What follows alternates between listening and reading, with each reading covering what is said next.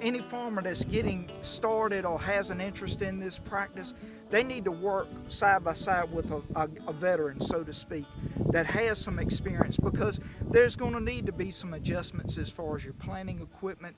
It's going to take a huge mindset change. That's the biggest thing. You know, so much of this, the biggest hurdle is in between our ears. It's not physically out in the field, because you know, planting equipment has come a long way just in the last 20 years. It's incredible.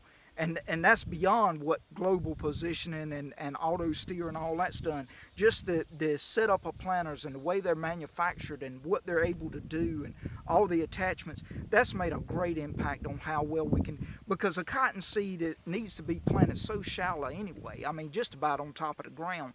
A corn plant or a soybean plant, they can make up for a little variability in seeding depth. Cotton is very particular. So when going into a huge cover crop like this early on in the season at planting, it's going to be very critical to have your planting equipment able to handle this. And I guess to further on what Will said there, I mean, having lived it and having done it, you know, I still don't, I wouldn't consider myself a veteran.